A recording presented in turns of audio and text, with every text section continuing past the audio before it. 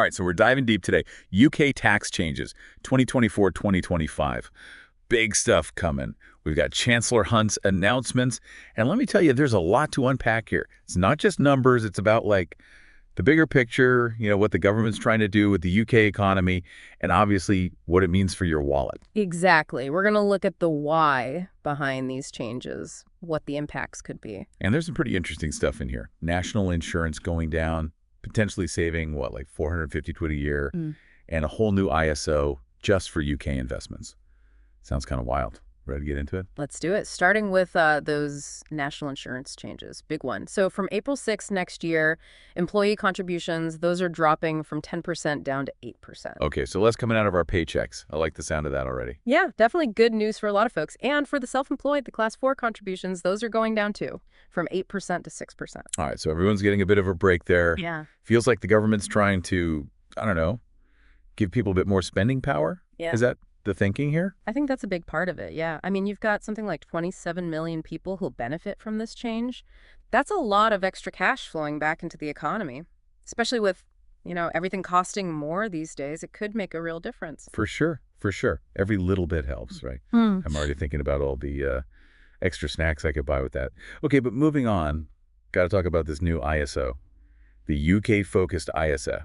It's like an extra $5,000 on top of the usual $20,000 you can put in tax-free. That's pretty tempting. It is, yeah. It's definitely designed to get people investing more within the UK, boost the economy from the inside out kind of thing. Right. But, and maybe this is a silly question, but wouldn't that kind of limit what you can invest in? Like, isn't spreading your money around, diversifying, isn't that usually the smart move?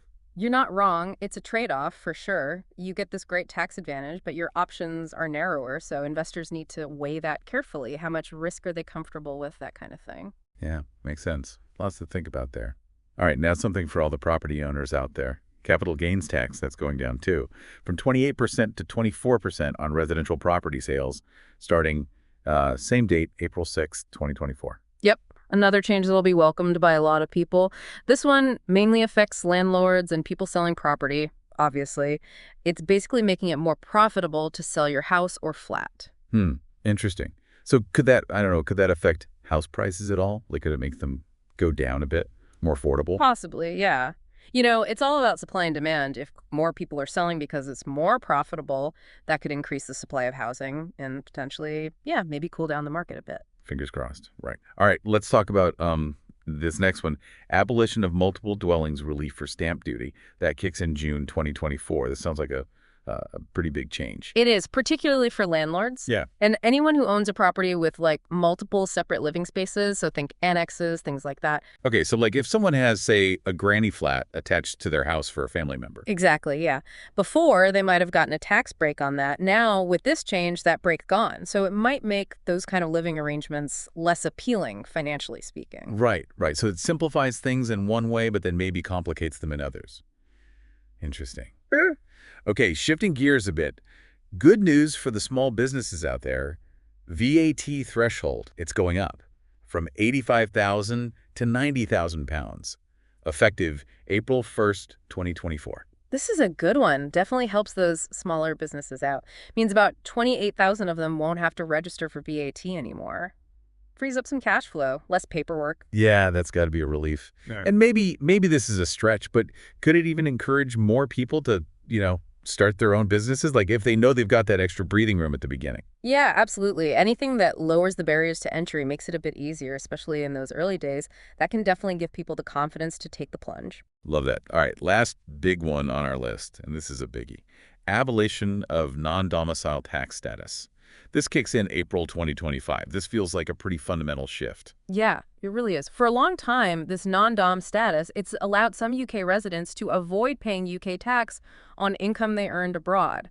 Now that's going away. It's going to be replaced with a residence-based tax system. Yeah. So basically, if you live in the UK, you pay UK tax on all your income, no matter where it comes from. Makes sense to me. Sounds like a way to, make things fairer and probably bring in more tax revenue for the government. But could it maybe have a downside? Like, could it discourage some wealthy individuals from living in the UK?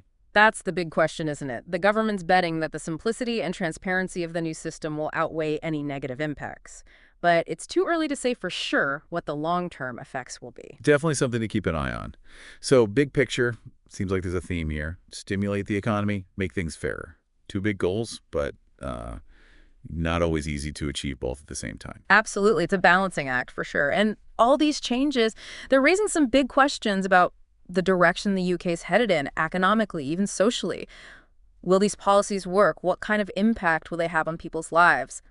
Lots to ponder. For sure. And that's what makes this stuff so fascinating, right? We get to watch it all play out. So for our listeners, I really encourage you to dig deeper into any of these changes that directly affect you, especially when it comes to your own finances. Get some personalized advice. That's always a smart move. Thanks for joining us on this deep dive. Always a pleasure. Until next time.